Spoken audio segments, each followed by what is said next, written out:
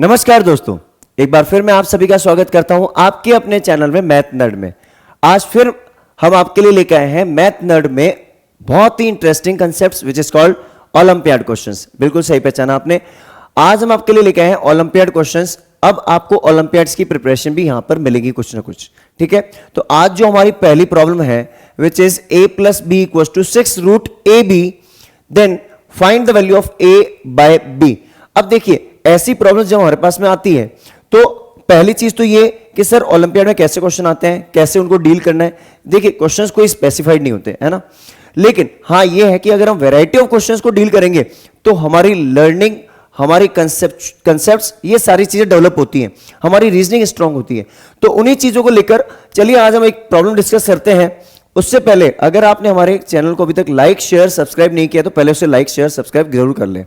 यहां पर आपको 9 से लेकर 12 तक की मैथ्स के कंप्लीट वीडियोस मिलने वाले हैं, कंप्लीट बैक टू बैक।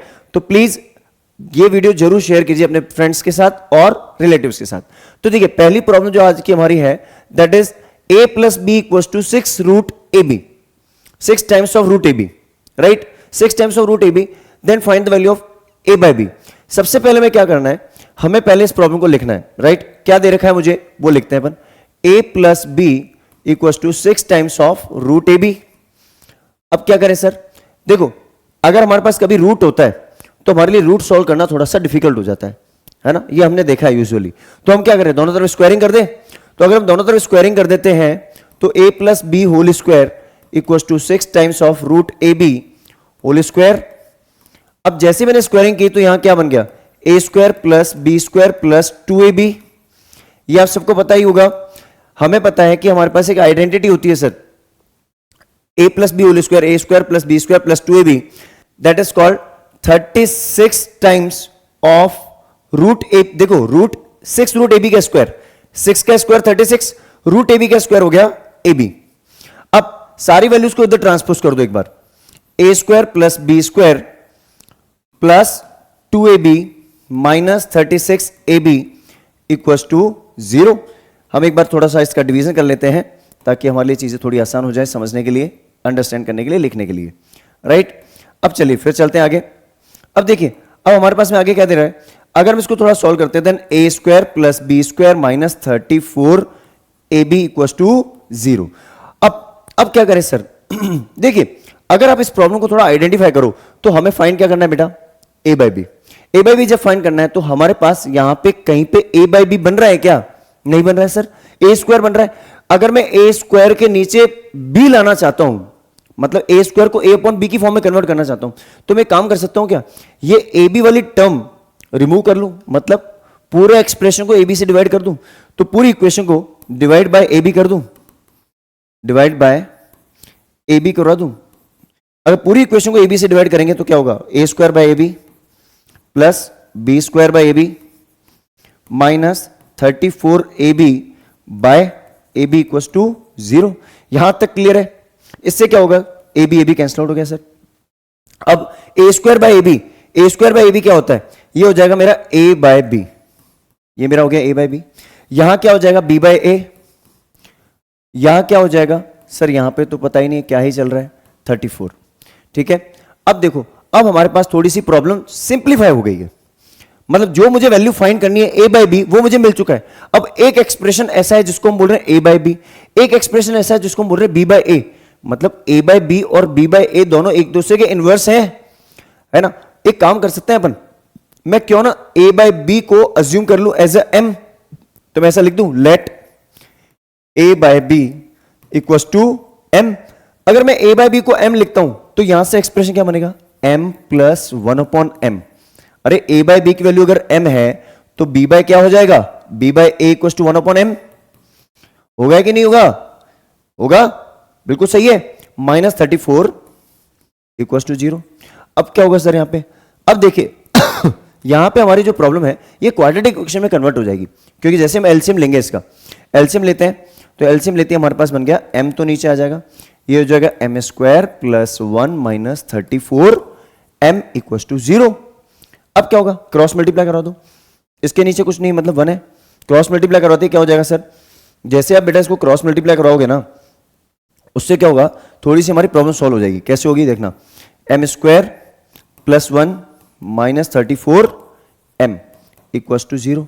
अब देखिए मैं इसको थोड़ा सा मिनिमाइज कर देता हूं चीज़ों को, जैसे थोड़ी सी हमारी प्रॉब्लम क्या हो जाए, आसान हो जाए, है ना। अब देखिए ये हमने पार्ट, आपने अगर नहीं लिखा है कोई बात नहीं, आप लिख लीजिएगा आराम से। मैं इसको थोड़ा इधर शिफ्ट कर लेता हूँ, ठीक है। ये जो हमारी लाइन है इसको थोड़ा सा इधर शिफ्ट कर लेते हैं, ठीक है। अब देखिए अब हमारी प्रॉब्लम को हम थोड़ा सा, इस प्रॉब्लम को हम थोड़ा सा इधर ले आते हैं, राइट। फिर हम इसको डिस्कस करते हैं आगे।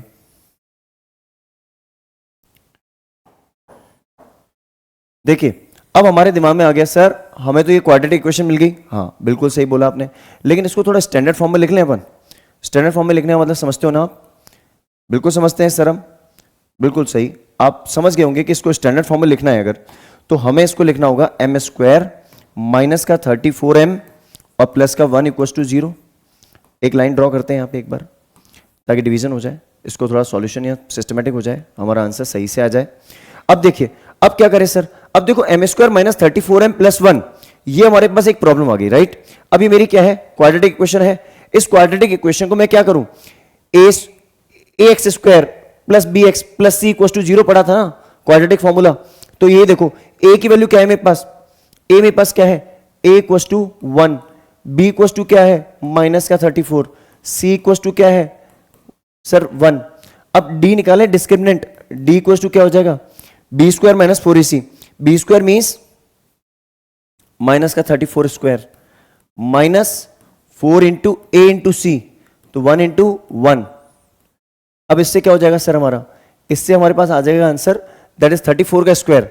34 का स्क्वायर हमारे पास कितना होगा बेटा, 34 का स्क्वायर हमारा कितना हो जाएगा, ये हो जाएगा हमारे पास 35 का स्क्वायर अगर हम देखते हैं तो 1200, एक काम करते हैं मल्टीप्लाई कर देते हैं अपन, 34 इंटू 34, ठीक है। 34 4 4 जा 16 कैरी 1, 4 3 जा 12 13, 4 3 जा 12 कैरी 1, ठीक है। और 4 3 जा 12 कैरी 1, 3 3 जा 9 10, क्या बन गया 6 5 1 1 1 1 5 6, ठीक है।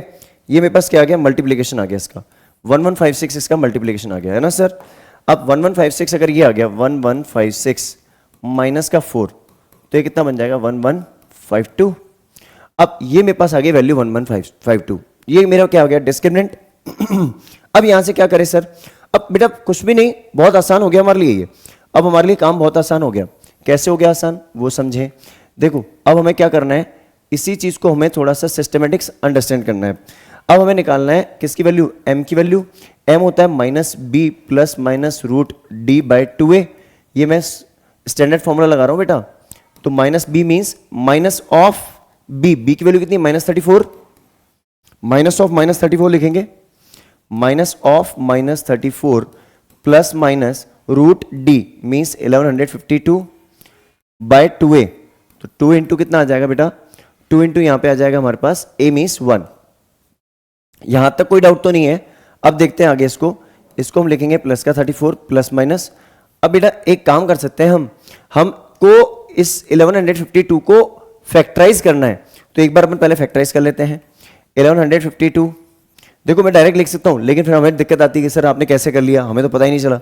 2 5, अब ये कितना हो जाएगा 7 6 2, ठीक है बेटा। मैंने क्या किया 2 से डिवाइड करके सिंपली 7 2 जा 14 6, ठीक है। 2 2 जा 4, 2 8 जा 16, 2 8 जा 16, फिर से 144। अब क्या करें सर आगे, अब आपको आता ही है डिवीजन तो नॉर्मल, इसको और करते हैं सॉल्व, रुको फर्दर और करो। बाय 2 कितना हो जाएगा 72, बाय 2 कितना हो गया 36, बाय 2 कितना हो गया 18, ठीक है। बाय 2 कितना हो जाएगा 9, और बाय फिर आ जाएगा 3, ये हो जाएगा 3 और 3 से हो जाएगा 1। देखो अगर मैं कंप्लीट एक्सप्रेशन को भी समझने की कोशिश करूं तो मेरे पास कुछ ऐसा एक्सप्रेशन आ रहा है बेटा कि मैं इसको अगर थोड़ा सा सिस्टमेटिक अरेंज करके यहां करूं तो मुझे एक चीज नजर आ रही है कि मेरे पास कंप्लीट फैक्टर्स आ चुके हैं, राइट। कंप्लीट फैक्टर्स आ चुके हैं और इन फैक्टर्स को मैंने रीअरेंज कर दिया यहाँ पे, और एक लाइन और ड्रॉ कर देते हैं ताकि हमें अंदाजा आइडिया लग जाए एक बार।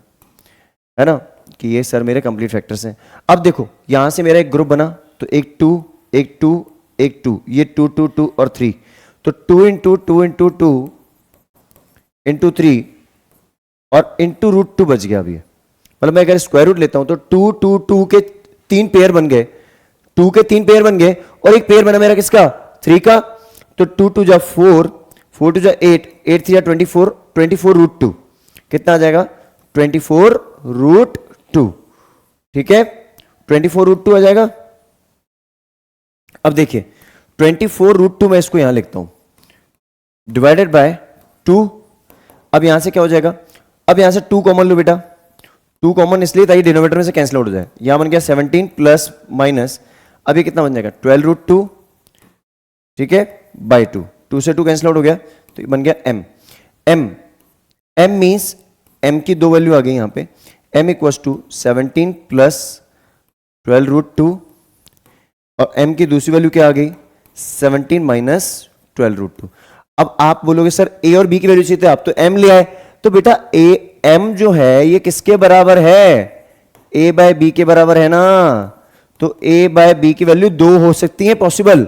a बाय, देखो क्योंकि a बाय b अगर आप लेते हो क्या 12 प्लस माइनस रूट 12 है ना, तो उस केस में b बाय a को आप b की वैल्यू मतलब उल्टी वैल्यू जो हमारे पास यहां पे आ जाएगी, a बाय b की वैल्यू आ जाएगी, तो b बाय a की वैल्यू भी तो इनवर्स होगी वहां से, तो अल्टीमेटली हमारे पास कहीं ना कहीं ये वैल्यूज इनवर्स होके चल रही हैं, है ना।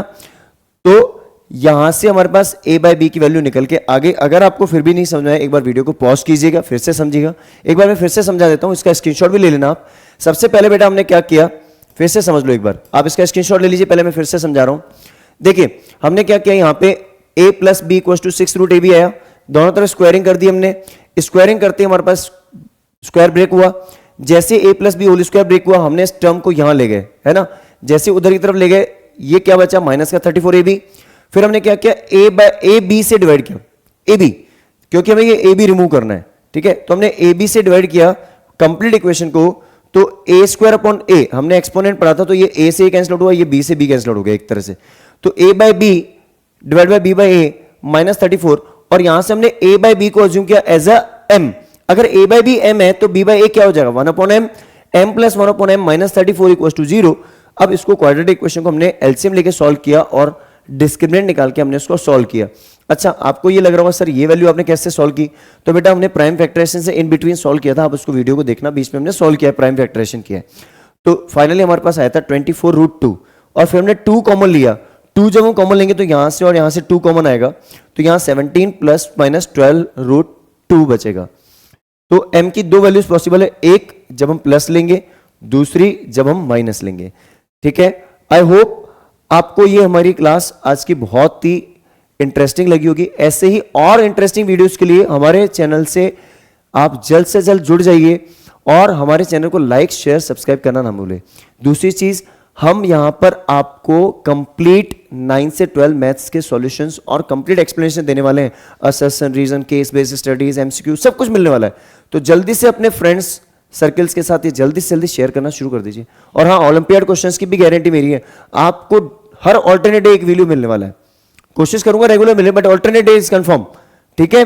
तो चलिए फिर मिलते हैं हम किसी और वीडियो के साथ, किसी और टॉपिक के साथ, तब तक के लिए अपना ध्यान रखिए।